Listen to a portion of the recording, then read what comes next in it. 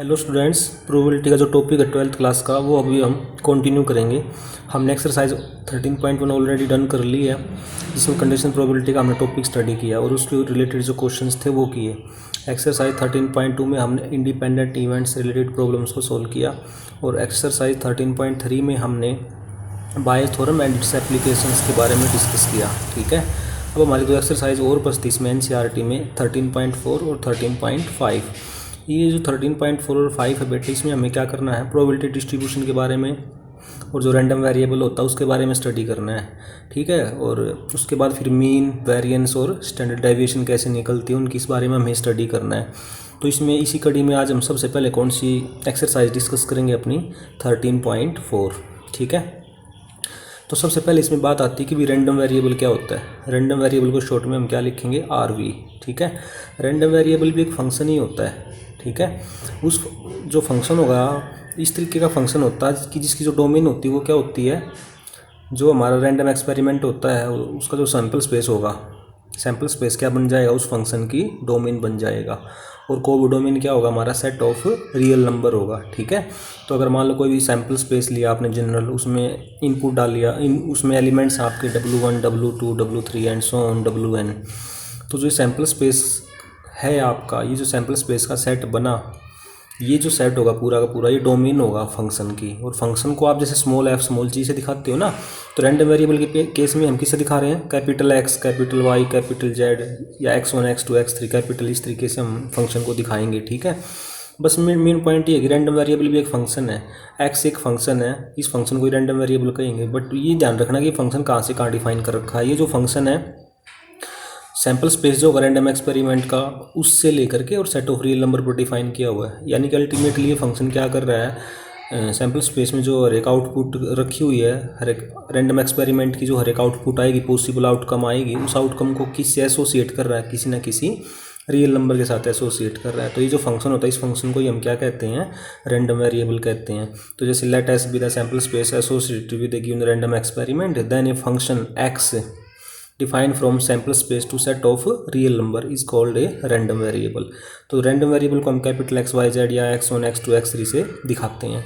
अब यहाँ पे नोट है कि ये random variable which can assumes only finite value, यानी कि ऐसा रैंडम वेरिएबल जो फाइनाइट वैल्यू ले या काउंटेबल वैल्यू ले, उसे हम क्या कहते हैं, डिस्क्रीट रैंडम वेरिएबल कहते हैं। और जो अदरवाइज फिर रैंडम वेरिएबल हमारा क्या हो जाएगा, कॉन्टिन्यूस रैंडम वेरिएबल हो जाएगा। तो हमें जो डीलिंग करनी है वो किससे करनी है, हमारी डिस्क्रीट रैंडम वेरिएबल से डीलिंग होगी।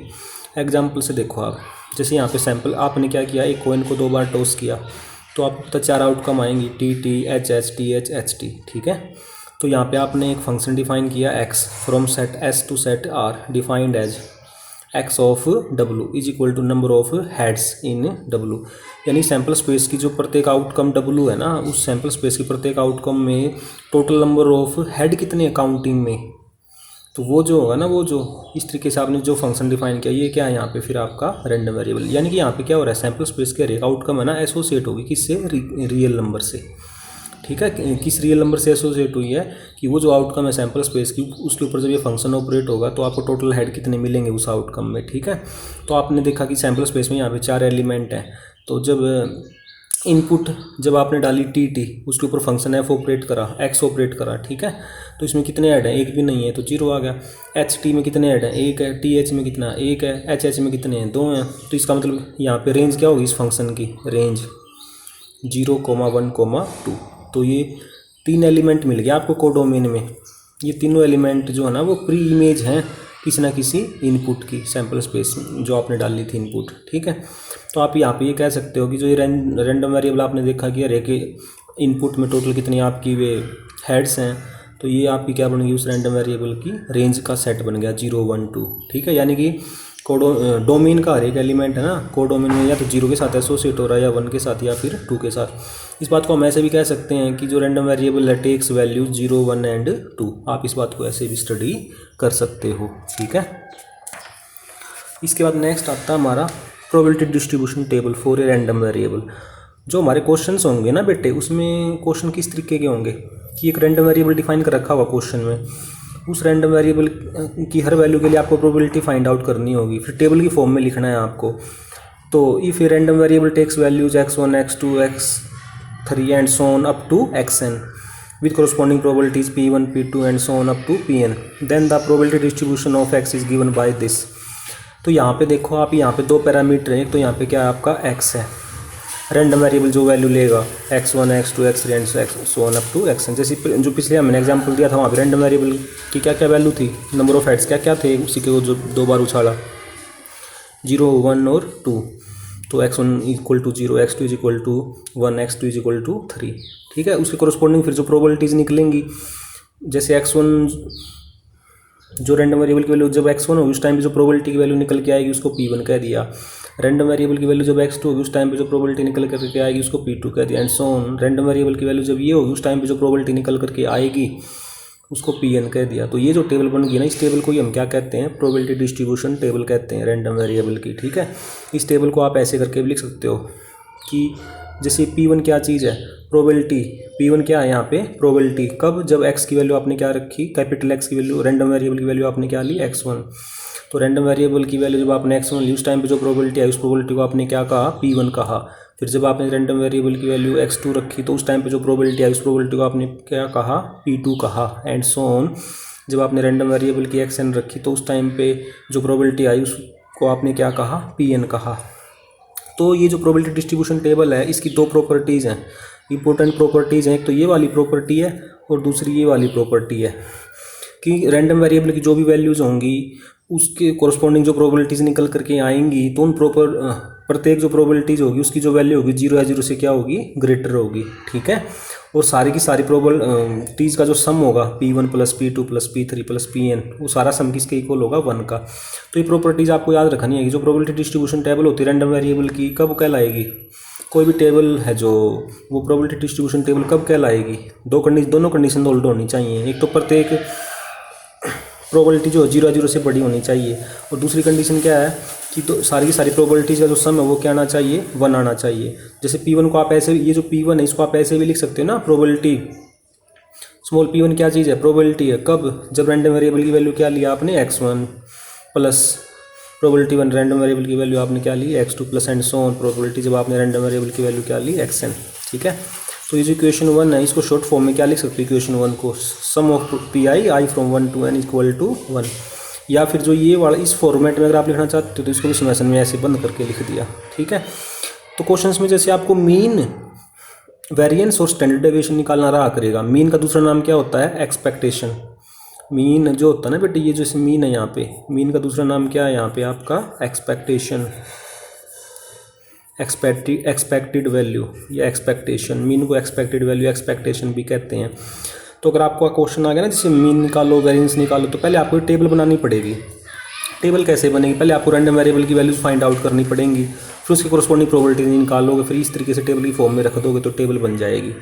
टेबल बनाने के बाद मीन निकालना हो, मीन जो होता है किसी रैंडम वेरिएबल का उसको हम किससे दिखाते हैं, म्यू से। ये नोटेशन होती है, जो मीन होता है उसको हम किससे दिखाते हैं, म्यू से दिखाते हैं। म्यू ये नोटेशन होती है, इसको म्यू बोलते हैं। म्यू की जगह पे EX भी लिख लेते हैं। तो ये वाली नोटेशन या ये वाली नोटेशन, दोनों ही नोटेशन मीन के लिए यूज़ होती हैं या एक्सपेक्टेशन के लिए यूज़ होती हैं। तो मीन निकालने का क्या फार्मूला होता है, देखो यहाँ टेबल से देखो, p1 और x1 की मल्टीप्लाई प्लस p2 x2 की मल्टीप्लाई प्लस p3 x3 की multiply and so on pn xn की मल्टीप्लाई, यही है ना ऊपर। डिवाइड में क्या आएगा इन सारों का, p1 plus p2 plus and so on. ठीक है, जो आपने 10th क्लास में मीन का फार्मूला किया था ना, ये फार्मूला बिल्कुल वही है कि फ्रीक्वेंसी वाली जो टेबल होती थी और जो xi का जो वैल्यू होती थी f1 x1 f2 x2 इस तरीके से करते थे ना, डिवाइड में उन सारों का सम f1 प्लस f2 वो कैपिटल N से दिखाते थे। बट यहाँ पे जो p1 plus p2 plus p3 plus pn ये सारा जो सम होगा वो किसके इक्वल होता है, 1 के। तो यहाँ पे इस केस में आपका मीन निकालने क्या फार्मूला हो जाएगा, P I xi i from 1 to n summation लग जाएगा। यानी कि ये वाली नोटेशन यूज़ कर लो मीन के लिए या फिर ये वाली नोटेशन यूज़ कर लो। ठीक है, तो सिंपली मीन निकालें, फार्मूला क्या बनेगा, p1 इन दोनों की मल्टीप्लाई प्लस इन दोनों की मल्टीप्लाई प्लस इन दोनों की multiply and so on plus इन दोनों की मल्टीप्लाई। तो 16 के जो भी आएगा वो उस रैंडम वेरिएबल का उस प्रोबेबिलिटी डिस्ट्रीब्यूशन टेबल के लिए क्या आ जाएगा, मीन आ जाएगा। ठीक है, फिर हमें निकालना वेरिएंस। वेरिएंस निकालने का फार्मूला क्या होगा, P I xi square i from 1 to n में से हम मीन जो भी निकलेगा उसका स्क्वेयर माइनस कर देंगे। ठीक है, मीन का स्क्वेयर। और स्टैंडर्ड डेविएशन कैसे निकलेगा, वेरिएंस जो भी आएगा उसका रूट निकाल लो, वेरिएंस आ जाएगा। ठीक है, जैसे यहाँ पे एक वही एग्जांपल है पुराने वाला कि आपने कॉइन को 2 बार 2 कॉइन को टॉस किया आपने तो 4 आउटकम बनेंगे, H H S T T S T T, ठीक है। तो रैंडम वेरिएबल क्या नंबर ऑफ हेड्स हैं, तो जब आप कॉइन को 2 बार टॉस करोगे तो हो सकता है दोनों बार एक बार भी हेड ना आए। एक बार भी हेड ना आने का मतलब एक्स की वैल्यू 0 भी हो सकती है, किसी एक बार टाइम पे हेड आ जाए वैल्यू 1 हो सकती है, दोनों बार हेड आ गए तो एक्स की वैल्यू 2 हो सकती है। तो रैंडम वेरिएबल क्या क्या वैल्यू लेगा यहाँ पे 0 1 और 2। अब आप small p1 small p2 small p3 निकालना है। स्मॉल p1 का मतलब क्या, प्रोबेबिलिटी निकालनी है आपने जब रैंडम वेरिएबल की वैल्यू क्या हो 0, तो प्रोबेबिलिटी निकालनी जब आपने x की वैल्यू 0 हो, यानी कि इस बात का क्या मतलब हुआ, आपको इस बात की प्रोबेबिलिटी निकालनी है, x क्या है यहाँ पे नंबर ऑफ हेड्स, यानी कि इसका मतलब ये हुआ आपको प्रोबेबिलिटी निकालनी जब एक 0 हेड हो, यानी कि एक भी हेड ना हो। एक भी हेड ना होने का मतलब क्या हुआ, केवल टेल टेल हो, तो एक ही आउटकम होगी ना ऐसी, एक ही आउटकम होगी ना ऐसी, ये टी वाली। तो टोटल आउटकम 4 है तो 1/4 आ गई। तो प्रोबेबिलिटी निकालनी जब आपने एक्स वैल्यू 1 यानी कि एक हेड हो, उसमें एक हेड वाली कौन सी 2 आउटकम है, एच टी और टी एच, 2 में टोटल 4, दोनों बार हेड आया हो तो ये एच एच होगा ना, तो 1/4। तो एक्स की वैल्यू पता लग गई, p1 p2 p3 की वैल्यू पता लग गई। तो अगर आप इस इन्फॉर्मेशन को है ना ग्राफिकली देखना चाहते हो ना, तो जो रैंडम वेरिएबल होता है उसको हम एक्स एक्सिस के लॉन्ग लिखते हैं और जो प्रोबेबिलिटी होती है उसको हम वाई एक्सिस के लॉन्ग लिखते हैं। तो जैसे यहाँ पे एक्स की वैल्यू जब 0 है तो वाई की वैल्यू क्या है, p1 की वैल्यू क्या है 1/4, तो 0, 1/4 ये पॉइंट आ जाएगा, ठीक है। फिर यहाँ पे नेक्स्ट क्या है आपका 1,2/4, तो 1, एक्स की वैल्यू 1 वाई की 2/4, तो ये ऐसे आ जाएगा, ये वाला पॉइंट आ जाएगा और ये फिर नेक्स्ट ये आ जाएगा, ठीक है। तो रैंडम वेरिएबल जो होता है ना उसकी वैल्यू नेगेटिव भी हो सकती है, ठीक है, पॉजिटिव भी हो सकती है, 0 भी हो सकती है, कोई भी रियल नंबर हो सकती है। क्यों होती है पॉजिटिव नेगेटिव या रियल नंबर रैंडम एक्स की वैल्यू, क्योंकि जो रैंडम वेरिएबल होता है उसकी कोडोमेन क्या होती है, रियल नंबर का सेट। और आपको पता है रियल नंबर नेगेटिव भी हो सकते हैं, पॉजिटिव भी हो सकता है, 0 भी हो सकता है, ठीक है। बट यहाँ पे जो प्रोबेबिलिटीज आएंगी ना, वो जो टेबल बनती है उसमें हर एक प्रोबेबिलिटी 0 या 0 से ग्रेटर होगी और सारी प्रोबेबिलिटी का जो सम होगा वो क्या होगा 1 होगा।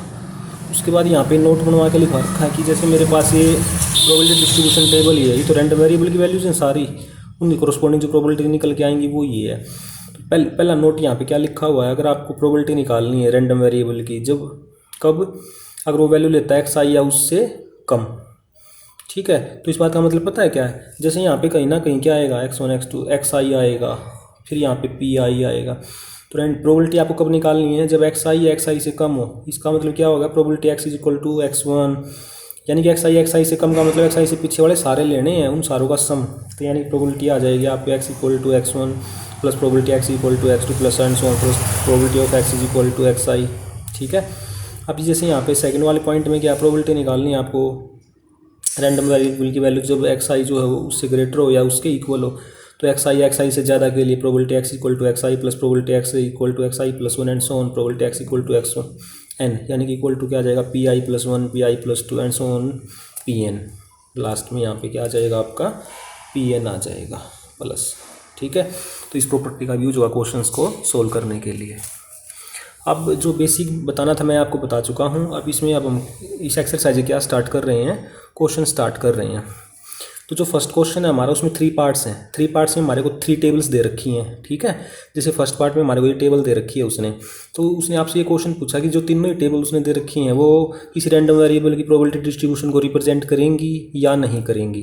तो उसके लिए आपको प्रॉपर्टी लर्न होनी चाहिए ये वाली, कि जो प्रोबेबिलिटी वाली जो रोज होती है ना उसमें हर एक प्रोबेबिलिटी वैल्यू 0 0 से ग्रेटर होनी चाहिए और सारों का सम क्या आना चाहिए 1 आना चाहिए। अगर ये दोनों कंडीशन होल्ड होती होंगी तो वो टेबल जो होगी किसी रैंडम वेरिएबल के प्रोबेबिलिटी डिस्ट्रीब्यूशन को प्रेजेंट करेगी, अदरवाइज नहीं करेगी। एक्स वैल्यू नहीं देखनी, पी एक्स की देखनी है, एक्स तो नेगेटिव भी हो सकता है।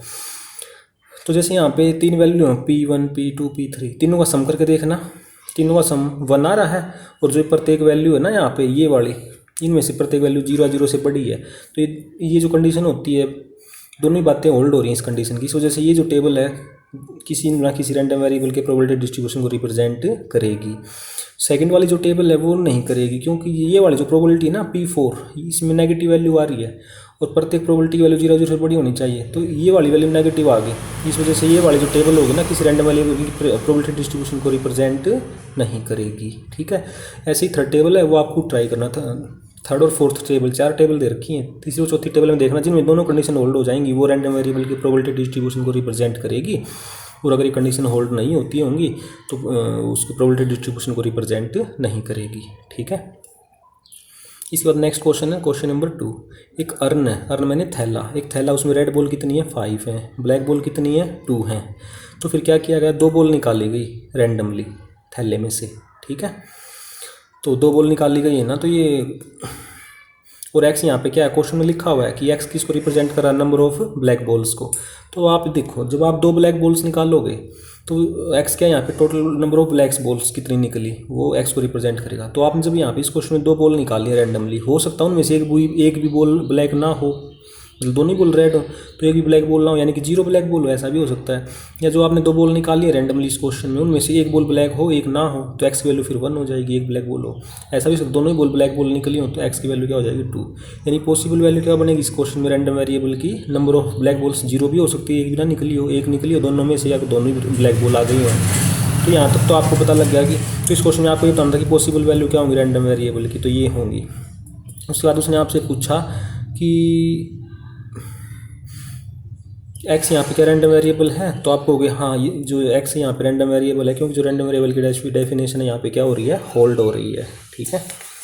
इसके बाद नेक्स्ट है आपका क्वेश्चन नंबर थर्ड क्वेश्चन में क्या किया गया, एक सिक्का है वो कितनी बार टॉस किया गया, 6 बार, तो टोटल आउटकम कितनी बनेगी, 2 की पावर 6, 64 बनेगी। अब 64 आउटकम लिखना तो पॉसिबल नहीं ना, बहुत लंबा चौड़ा काम हो जाएगा। तो ये जो 64 आउटकम बनेंगी ना बेटे, उनमें मैंने यहाँ पे कुछ आउटकम लिख ली, जैसे एच 6 के बाद 6 बार एच आ गया हो, 5 बार एच आया हो, 1 बार टी आया हो, ऐसा भी हो सकता है। 4 बार हेड आया हो, 2 बार टेल आया हो, 3 बार हेड आया हो, 3 बार टेल आया हो, 2 बार हेड, 4 बार टेल, 1 बार हेड, 5 बार टेल, और 6 के 6 बार क्या आया हो, टेल आया हो। तो 64 आउटकम में से मैंने यहाँ पे थोड़ी बहुत लिखी, सारी नहीं लिखी। और यहाँ पे इस क्वेश्चन में एक्स का रैंडम वेरिएबल क्या डिफाइन कर रखा है, किसी भी पर्टिकुलर आउटकम में जितने हेड होंगे और जितनी टेल होंगे उनका जो डिफरेंस आएगा वो बनेगा आपका रैंडम वेरिएबल, तो उसकी वैल्यू बतानी है आपको इस क्वेश्चन में। अब आप देखो 6 के 6 भी ऐड हो सकते हैं, 6 के 6 बार ऐड आया हो, ठीक है, तो इसका मतलब एक्स वैल्यू 6 हो सकती है। ऐसा भी तो हो सकता है 5 बार तो ऐड आया हो और 1 बार टेल आया हो, तो 5 में से 1 गया तो 4, क्योंकि यहाँ पे एक्स क्या है, हेड और टेल का डिफरेंस, ठीक है। ऐसा भी हो सकता है 4 बार ऐड आया हो, 2 बार टेल, 4 में से 2 गया 2। ऐसा भी हो सकता है 3 बार ऐड 3 बार टेल, तो 3 - 3 0, ठीक है। ऐसा भी हो सकता है हेड आया हो 2 बार, टेल आया हो 4 बार, 2 - 4 -2 आ गया, ठीक है। ऐसा भी हो सकता है 1 बार हेड 5 बार टेल, तो 1 - 5 -4 आ गया। 6 के 6 बार टेल आया हो, यानी कि 0 - 6 हेड तो एक भी नहीं बार नहीं आया, 0 - 6 -6, तो इनको आप कंबाइन करके भी लिख सकते हो। तो पॉसिबल वैल्यू यहाँ पे क्या होगी रैंडम वेरिएबल की, 0, +-2 +-4 +-6, ठीक है। अब आपका है next question number 4। Fourth question में आपको क्या करना है, फोर्थ क्वेश्चन में 3 पार्ट्स हैं, 3 के 3 पार्ट्स में आपको क्या करना है, प्रोबेबिलिटी डिस्ट्रीब्यूशन बनाना है। प्रोबेबिलिटी डिस्ट्रीब्यूशन का मतलब प्रोबेबिलिटी डिस्ट्रीब्यूशन टेबल बनानी है, ठीक है, तीनों ही पार्टों में। प्रोबेबिलिटी डिस्ट्रीब्यूशन टेबल कैसे बनेगी, उसके लिए तो आपको रैंडम वेरिएबल की वैल्यू पता होनी चाहिए। उसके बाद रैंडम वेरिएबल की वैल्यू पता लगने के बाद फिर आप प्रोबेबिलिटीज़ निकालेंगे, फिर उनको टेबल की फॉर्म में लिख देंगे, तो वहाँ से आपका प्रोबेबिलिटी डिस्ट्रीब्यूशन टेबल बन जाएगी। तो जैसे फर्स्ट पार्ट है उसमें क्या हुआ, जो प्रोबेबिलिटी डिस्ट्रीब्यूशन टेबल बनानी जो मुझे फर्स्ट पार्ट के लिए फोर्थ क्वेश्चन में, number of heads into tosses of a coin. सबसे पहले तो सैम्पल स्पेस क्या बनेगा, जब आप 2 कॉइन को उछालोगे, एक सिक्के को 2 बार उछालोगे तो ये बनेगा HHHTTSTT, ठीक है। एक्स क्या है यहाँ पे, एक्स रैंडम वेरिएबल है which is represent total number of heads. तो इसका मतलब एक्स की क्या क्या वैल्यू होंगी, सोचो आप, जब आप एक सिक्के को 2 बार उछालोगे तो ऐसा हो सकता है 1 बार भी हेड ना आए, यानी कि एक्स की वैल्यू 0, 1 बार हेड आए तो एक्स = 1, दोनों बार हेड आ जाए तो एक्स की वैल्यू 2, तो एक्स की पॉसिबल वैल्यू 0 भी हो सकती है, 1 भी हो सकती है और 2 भी हो सकती है। अब ये जो वैल्यू ना 0, ये वैल्यू क्या आपकी x1, x ये क्या x2, ये वाली वैल्यू किसकी है आपकी x3 की। तो अभी इन वैल्यूज़ पर आप क्या निकालोगे, प्रोबेबिलिटी। तो अभी यहाँ पे आप प्रोबेबिलिटी स्मॉल p1 की वैल्यू निकालेगी, ये स्मॉल p2 की निकलेगी, ये स्मॉल p3 की निकलेगी। स्मॉल p1 को हम ऐसे ही बता सकते हैं ना, प्रोबेबिलिटी निकाल रहा हूँ मैं जब x = 0, यानी प्रोबेबिलिटी x = 0 का मतलब जब कोई भी हेड ना आया हो, मतलब टेल हो, तो टेल आया हो सिर्फ, तो एक आउटकम ऐसी, तो सिर्फ तो टोटल कितनी है 4, तो 1/4 आ गया। इस बात की प्रोबेबिलिटी निकालनी है एक्स की वैल्यू जब 1 हो, यानी कि एक्स वैल्यू 1 होने का मतलब जब एक हेड आया हो, तो एक हेड आया हो ऐसे कितनी आउटकम है टोटल, 2, एक ये 2/4, फिर यहाँ पे 1/2 आ जाएगा 16 होके, फिर प्रोबेबिलिटी x = 2, दोनों बार हेड आया हो तो एक ही आउटकम है ऐसे, तो 1/4, ठीक है। तो x क्या क्या वैल्यू ले सकता था, 0, 1, 2, उन पर आपने भी प्रोबेबिलिटीज़ निकाल ली, तो ये आपकी प्रोबेबिलिटी डिस्ट्रीब्यूशन टेबल बन गई फर्स्ट पार्ट के लिए, ठीक है।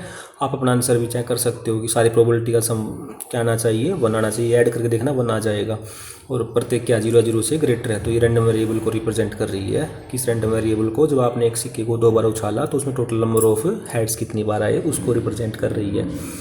तो जो आपका सेकंड क्वेश्चन है उसमें क्या किया गया बेटे, जो सेकंड क्वेश्चन है आपका उसमें 3 सिक्कों को उछाला गया एक साथ, साइमल्टेनियस का मतलब एक साथ 3 सिक्कों को उछाला गया। तो उसमें टोटल नंबर ऑफ टेल कितने होंगे, तो जो टोटल नंबर ऑफ टेल होंगे वो क्या आपका रैंडम वेरिएबल। एक सिक्के को जब आप 3 बार उछालोगे ना, या 3 सिक्कों को एक बार उछालो तो टोटली 8 आउटकम बनेंगी। तो उनमें से 8 आउटकम बनेंगी, तो इसका मतलब क्या, रैंडम वेरिएबल की वैल्यू 0 1 2 3 इन्हीं में से कोई ना कोई एक होगी। 0 क्यों होगी, क्योंकि आप सोचो जब आप एक सिक्के को 3 बार उछालोगे हो सकता है तीनों में से किसी बार भी टेल ना आया हो, तो यानी कि कोई सक्सेस ना मिली हो, तो एक्स वैल्यू 0। किसी एक बार टेल आया हो, 3 में से किन्हीं 2 बार टेल आया हो, 3 में से तीनों बार टेल आ गया हो, ठीक है। तो ये वैल्यू होंगी। अब इन वैल्यूज़ पर हम क्या निकालेंगे, प्रोबेबिलिटी निकालेंगे, ठीक है। तो प्रोबेबिलिटी निकालेंगे जब x इक्वल टू क्या हो 0, x इक्वल टू 0 का मतलब कोई टेल ना आए, मतलब सारे हेड हेड आए हो, तो सारे तीनों बार हेड हेड आया हो। तो इसमें देखना सैम्पल स्पेस में एक ही आउटकम ऐसे कि तीनों बार हेड आया हो, तो 1 में टोटल 8। प्रोबेबिलिटी जब x इक्वल टू 1, यानी कि इस बात की प्रोबेबिलिटी निकालो कि एक टेल आया हो, तो इन 8 में से वे आउटकम छांटो जिनमें एक बार टी आ रहा हो, तो एक बार टी आ रहा हो वे वाली आउटकम आप छांट लो। तो एक तो ये जैसे 1 2 3 आउटकम ऐसे 3/8। अब नेक्स्ट में क्या है, इस बात की प्रोबेबिलिटी निकालो कि 2 टेल आए हो, तो वो इन 8 में से वे आउटकम छांट लो जितनी भी हैं जिनमें 2 बार टी आ रहा हो, ठीक है। तो 1 2 3, तो 3/8। इस बात की फिर नेक्स्ट प्रोबेबिलिटी निकालनी है कि तीनों बार टेल आया हो, तो क्या बनेगा, इसका 1/8 बनेगा। फिर यहाँ पे टेबल की फॉर्म में लिख दो आप इस इन्फॉर्मेशन को। तो थर्ड पार्ट आपको खुद ट्राई करना है, वो वैसा ही है जैसा आपका फर्स्ट और सेकंड पार्ट हमने डिस्कस किया फोर्थ क्वेश्चन का। इसके बाद जो हमारा नेक्स्ट क्वेश्चन उसमें क्या है, 2 डाई को टॉस किया गया एक साथ, 2 डाइस को, एक डाई को 2 बार टॉस किया गया, तो आपको पता 36 आउटकम बनेंगी, 1 1 1 2 1 3, आपको पता अच्छे से कि भी 36 आउटकम बनेंगी जब आप एक डाई को 2 बार टॉस करोगे, ठीक है। तो यहाँ पे जो रैंडम वेरिएबल एक्स है वो क्वेश्चन में क्या दे रखा है, number of success in the tosses of a die. तो यानी कि किसी डाई को टॉस करने में जो टोटल सक्सेस कामयाबी मिलेगी ना डाई को टॉस करने पर, वो क्या आपका एक्स है। अब सक्सेस किसे कहेंगे, तो जो फर्स्ट पार्ट है इस क्वेश्चन का सक्सेस किसे कहेंगे, फर्स्ट पार्ट में नंबर जो है ना वो ग्रेटर आ जाए किससे, 4 से, ठीक है। जो नंबर है वो क्या आ जाए, 4 से बड़ा आ जाए, तो उस बात को हम क्या कहेंगे, यानी कि जब दोनों डाई आप टॉस करोगे तो दोनों डाई को टॉस करने पर जो नंबर है 4 से क्या आ जाए आपका बड़ा आ जाए। एक डाई को 2 बार टॉस करा तो एक्स की वैल्यू क्या होगी, 0 भी हो सकती है 1 भी 2 भी। 0 का मतलब क्या है कि भाई 4 से बड़ा नंबर ना आए दोनों बार टॉस करने पर। तो जो 36 आउटकम है ना, इन 36 ऑर्डर पेयर बने हुए हैं, इन 36 ऑर्डर पेयर में से वे ऑर्डर पेयर छांट लो आप, वे कितने होंगे जिनमें जो संख्या दोनों बार में से एक वो 4 से बड़ी ना हो, तो 4 से बड़ी ना हो। तो जैसे इनमें कितने आ जाएंगे आपके 3 और 3 6 और 3 9, तो ये हो जाएंगे आपके।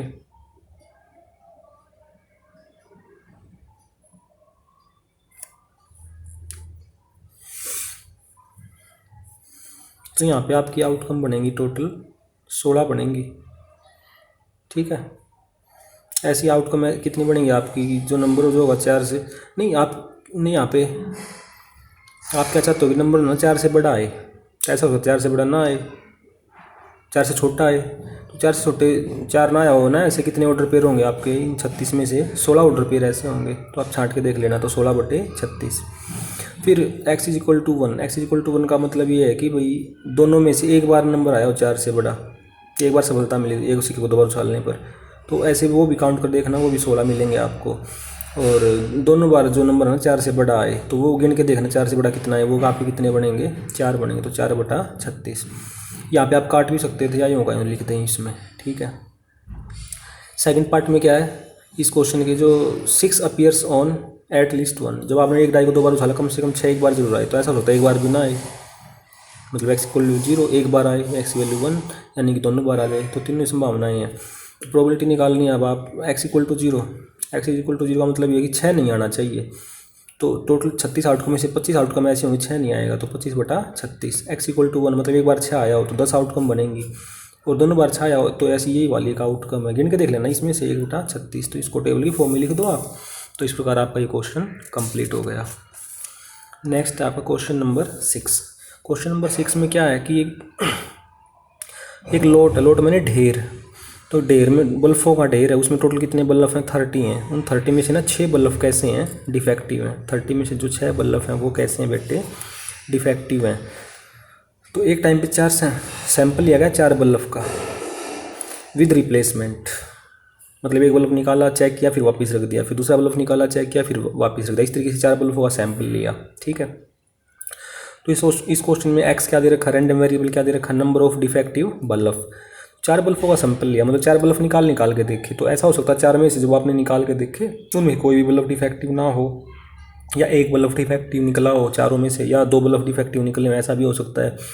चारों में से कोई 3 बल्ब डिफेक्टिव निकले हो, ऐसा भी हो सकता है। 4 में से कोई चारों डिफेक्टिव निकल गए हो, ऐसा भी हो सकता है। तो ये रैंडम वेरिएबल की ये पॉसिबल वैल्यूज़ आ गई।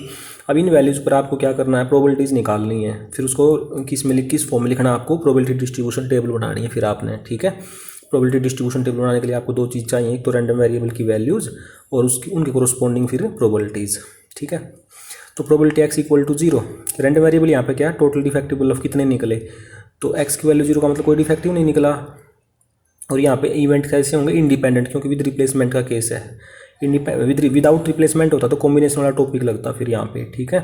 तो प्रोबेबिलिटी x इक्वल टू 0 का मतलब है जो 4 बल्ब का सैंपल लिया उसमें कोई भी बल्ब डिफेक्टिव नहीं है। तो डिफेक्टिव बल्ब का निकलने वाला जो इवेंट होगा उसको मैं डी कह दूँ, तो डी नोट। यहाँ पे आप इंटरसेक्शन भी लगा सकते हो कि पहली बार भी नॉन डिफेक्टिव निकला, पहली बार, दूसरी बार भी नॉन डिफेक्टिव निकला, तीसरी बार भी निकला, चौथी बार भी निकला, ठीक है। अब आपको पता है कि जब इंडिपेंडेंट इवेंट वाली एक्सरसाइज आपने की थी तो आप इसको सेपरेट कर सकते हो, probability of D naught into probability of D naught, probability of D naught 4 बार आएगा तो 24 को। तो नॉन डिफेक्टिव बल्ब कितने हैं? 24 होंगे ना 30 में से, तो 24 उठा 30, 24 उठा 30, 24 उठा 30, 24। कैलकुलेशन को सोल्व करोगे, काटा पीटी करोगे तो सोल्व होगी, क्या जाएगा? 256 बटे में 625। ऐसा भी हो सकता है probability x equal to 1, x equal to 1 का मतलब 4 में से कोई एक बल्ब डिफेक्टिव निकला हो। तो यहाँ पे किस तरीके से निकल सकता है? वो ऑर्डर काउंट होगा यहाँ पे कि भाई पहली बार डिफेक्टिव निकल गया हो पहला बल्ब, दूसरा तीसरा चौथे नंबर वाला नॉन डिफेक्टिव निकला हो, या ऐसा भी हो सकता है दूसरे नंबर वाला डिफेक्टिव निकला हो और बाकी जो बच गए वो नॉन डिफेक्टिव निकले हो, तीसरे वाला डिफेक्टिव निकला हो, बाकी वाले नॉन डिफेक्टिव, चौथे वाला डिफेक्टिव निकल गया हो, बाकी वाले नॉन डिफेक्टिव। और का मतलब क्या होता है? यूनियन। फिर इसको प्रोबेबिलिटी को अंदर लाओगे, इनको सोल्व करोगे ना, पहले आप है ना सिर्फ इस इसकी प्रोबेबिलिटी निकालना, इस चीज़ की निकालना एक बार।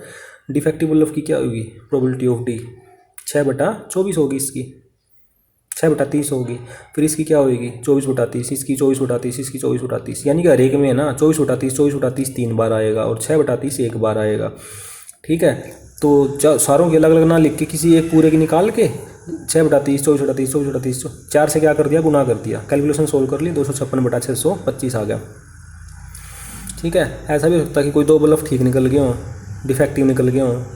तो ये कैसे हो सकता है कि पहला और दूसरा डिफेक्टिव, पहले को पकड़ के रखो, पहला दूसरा डिफेक्टिव और तीसरा चौथा नॉन डिफेक्टिव, पहले को पकड़ के रखा, पहला डिफेक्टिव, या पहले के साथ तीसरा डिफेक्टिव निकल गया हो, फिर दूसरे बाकी वाले नॉन डिफेक्टिव, या पहले के साथ चौथा डिफेक्टिव निकल गया हो, बाकी नॉन डिफेक्टिव, या फिर दूसरी जगह फिक्स करो, दूसरा डिफेक्टिव, तीसरा डिफेक्टिव, बाकी नॉन डिफेक्टिव, या फिर दूसरे के साथ चौथा डिफेक्टिव, बाकी नॉन डिफेक्टिव, या लास्ट के 2 डिफेक्टिव, पहले नॉन डिफेक्टिव। तो ये वाली पॉसिबिलिटीज़ हैं। कितनी है टोटली? 1 2 3 4 5 6, तो 6 से गुना कर देंगे तो किसी एक का निकाल लो, क्योंकि हर एक में क्या रहा? 2 डिफेक्टिव 2 नॉन डिफेक्टिव। डिफेक्टिव क्या होगी? 6/30 2 बार, और 24/30। जैसे आपने ये नहीं किया था इंडिपेंडेंट इवेंट हो तो क्या होता है? Probability of A intersection B equal to probability of A into probability of B, वो वाली टेक्निक लगेगी ना। और इंटरसेक्शन मतलब डॉट होता है, तो ये डॉट में तो लिखे हो ना यहाँ पे। ऐसे यहाँ पे 3 डिफेक्टिव हो, मतलब पहला नॉन डिफेक्टिव हो, बाद वाले डिफेक्टिव हो, दूसरा वाला डिफेक्टिव, बाकी नॉन डिफेक्टिव, तीसरे नंबर वाला डिफेक्टिव, बाकी नॉन डिफेक्टिव, चौथे वाला डिफेक्टिव, बाकी नॉन डिफेक्टिव। तो यहाँ पे भी कोई एक जना पकड़ लो, क्योंकि हर एक में क्या हो रहा है? 3 नॉन डिफेक्टिव 1 डिफेक्टिव। तो टोटल कितने हैं? 1 2 3 4 से गुना कर देंगे, 24/30 6/30, इस तरीके से सोल्व कर लेंगे, 16/625 आ जाएगा। चारों ही डिफेक्टिव हो तो इसकी प्रोबेबिलिटी 6/30 सोल्व कर लो, 1/625। आप इनको टेबल की फॉर्म में लिख दो तो आपके पास प्रोबेबिलिटी डिस्ट्रीब्यूशन टेबल बन जाएगी। ये बन जाएगी आपके पास प्रोबेबिलिटी डिस्ट्रीब्यूशन टेबल। तो ये आपका क्वेश्चन नंबर 6 था, वो क्या हो गया? कंप्लीट हो गया। नेक्स्ट अब आपका इसमें क्वेश्चन नंबर 7 है। तो बेटे आप इसमें ना हम क्वेश्चन नंबर 6 तक कर रहे हैं। नेक्स्ट जो वीडियो बनाऊंगा ना मैं, उसमें क्वेश्चन नंबर 7 से लेके लास्ट तक 17 तक हम डिस्कस करेंगे, ठीक है। अगर आपको वीडियो पसंद आया हो तो लाइक करें, शेयर करें और सब्सक्राइब करें। Thank you.